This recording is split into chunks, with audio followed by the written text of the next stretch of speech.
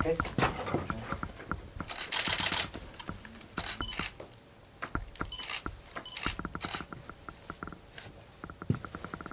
On y va. S'il vous plaît. Bonjour à tous. Oui, c'est sûr, ça m'a séduit. Comme j'expliquais à Greg, je pense qu'il y a peu de jeunes de mon âge qui ont pu faire une montée en Ligue 2 et pouvoir rejouer l'an qui suit avec la même équipe. Donc je pense que c'était très intéressant pour moi dans ma progression, c'est une continuité. Donc pour moi ça semblait assez logique, même si j'aurais pu me projeter ailleurs, aussi à Monaco. Mais je pense que je suis arrivé à un moment de ma très jeune carrière où j'ai besoin de temps de jeu. Et le club de Brest et Greg Lorenzi, aussi le coach, je pense qu'ils m'ont donné une confiance que j'ai pas ressentie dans d'autres projets, donc j'ai préféré m'engager avec Brest. D'autres projets, c'est des clubs comme Rennes par exemple, qui aussi fait le forcing, ça a joué, le temps de jeu par les Romain, le temps de jeu qui fait qu'on peut peut-être plus jouer à Brest qu'à Rennes ou de notre club pour se montrer, pour progresser encore. Oui, ça a joué. Oui, on sait tous que Brest est un club un peu plus modeste, on va dire. Après, comme je l'ai dit, c'est juste voilà, au moment où je devais je devais faire mon choix. Je pense que Brest m'a convaincu et je voulais rester sur ma continuité avec ce club. Vraiment, très tôt aussi, ça a été fait pour toi en tête. On n'a pas eu de doute forcément particulier. Très tôt, je dirais pas, parce que c'est difficile de se décider quand tu as des très bons projets qui arrivent. Après, j'ai pris mon temps, j'ai bien réfléchi avec mes proches, et j'ai décidé de rejoindre le club de Brest. L'impact du coach aussi, tu as demandé de revenir ici. Bien sûr, j'ai parlé plusieurs fois avec lui. Sa philosophie me plaît, sa manière de penser me plaît. Donc je pense que c'est un coach qui pourra m'apporter beaucoup. L'année dernière, tu étais arrivé mi-août pour ton prêt. Là, tu arrives un peu plus tôt, tu vas pouvoir faire quasiment toute la préparation avec le groupe. Ça va permettre de poursuivre sur ta bonne lancée de la deuxième partie de saison dernière. Oui, bien sûr. C'était une envie pour moi d'arriver un peu plus tôt que l'an dernier, parce que ça m'a un peu pénalisé. Donc je suis très content de pouvoir faire une très grosse partie de la préparation. Tu as eu à prendre un peu tes marques déjà hier quand on a fini amical, comment tu t'es senti un peu? Je me suis senti bien, pas au top logiquement, mais je me suis senti bien. J'ai pas eu d'adaptation à faire vu que j'étais là l'an dernier et que je connais déjà tout le monde, donc je me suis très bien senti. Qu'est-ce qui a changé dans l'équipe par rapport à l'an dernier? Ce qui a changé, le coach. Oui. Le coach qui a changé, voilà, c'est je dirais le coach, donc notre manière de travailler,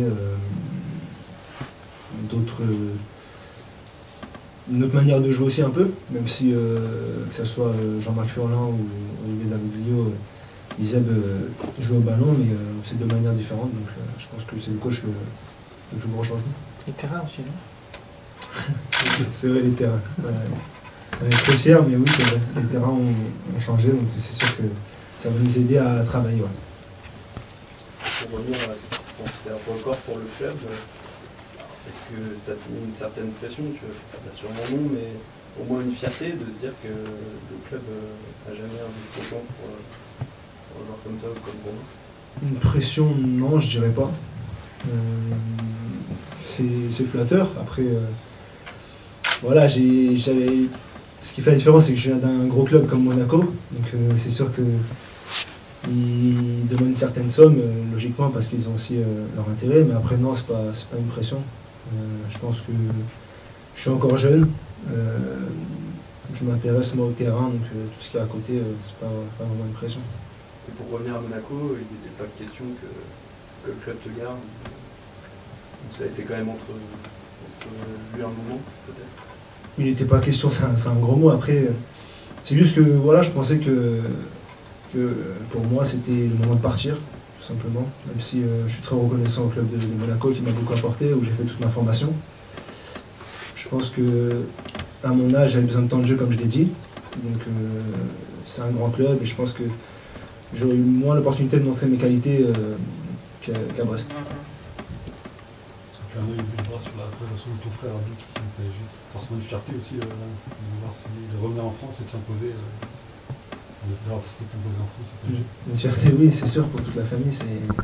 Il arrive au très très haut niveau, donc c'est une fierté. Après, c'est là où le plus dur commence, on va dire. Il va devoir confirmer maintenant parce qu'il y a beaucoup d'attentes. Mais oui, très content et très heureux pour lui. T'as regardé la date Brest-PSG pour savoir quand est-ce que vous allez retrouver? Je sais que c'est au mois d'octobre, je crois. Après, le jour précis, je ne sais pas parce que c'est encore assez loin, mais oui, j'aurai un œil dessus, c'est sûr. Est-ce que tu peux parler un petit peu à Abdou de ce transfert à Brest? Comme tu en avais parlé pour le prêt il y a un moment, est-ce qu'il a été dans un conseil particulier ou pas forcément? Comme je dis toujours, avoir un frère dans le foot, c'est un plus. Donc bien sûr que j'ai réfléchi avec lui, il m'a conseillé et j'ai pris conseil.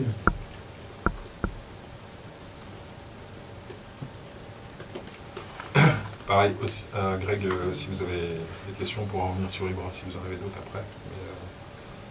Ouais, pareil, une question que pour Romain, c'est un dossier voilà, qui était Ouais, prioritaire. c'était une priorité aussi pour moi pour on va dire de vouloir faire revenir Ibra. Ça n'a pas été simple. Pourquoi? Parce que bien évidemment il y avait aussi de la sollicitation, parce qu'il y avait aussi une réflexion de la part d'Ibra de savoir quel était pour lui le meilleur projet. Je savais que c'était un dossier où est-ce qu'il fallait être aussi patient parce qu'il y avait une négociation entamée avec Monaco qui n'était pas simple. Et comme je disais, il faisait partie aussi des priorités pour moi, même titre que Romain. Donc c'était important pour moi de finaliser ce dossier-là. C'est un joueur aussi qui a beaucoup de qualité, qui a encore une énorme marge de progression, qu'il a pu le démontrer l'année dernière lorsqu'il avait passé quelques mois avec nous. Je suis content qu'il ait pu aussi donner suite à notre projet parce que ça montre qu'il a aussi une volonté de vouloir performer avec nous. Et il sait très bien que ça passera aussi par rapport à du temps de jeu, par rapport à des bonnes prestations. En tout cas, on va faire aussi en sorte de le mettre dans les bonnes dispositions, même titre que Romain, pour qu'ils puissent prendre leur rôle et nous faire de belles saisons. Le coach le connaissait avant ou... Je vais vous donner une petite anecdote, c'est-à-dire quand j'avais rencontré Olivier Dalloglio, il m'avait posé la question pourquoi Ibrahima Diallo ne jouait pas. Plus, parce que lorsqu'il voyait jouer Brest et Ibra titulaire, il trouvait très intéressant. Donc c'était aussi une volonté de sa part de vouloir le conserver. Et c'est ce qu'on a réussi à faire.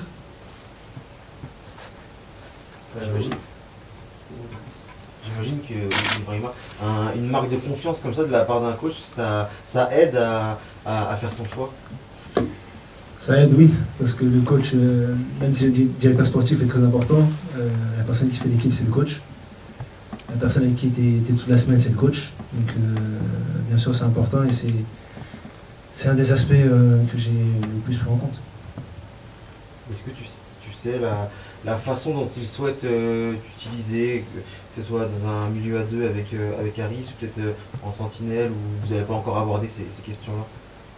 On était à peu près tous les deux sur la même longueur d'onde, dans le sens où je peux jouer en sentinelle, comme je peux jouer à deux. Donc pour l'instant, il n'a pas encore décidé vraiment de son équipe, donc je ne pourrais pas vous répondre exactement ce qu'il compte faire.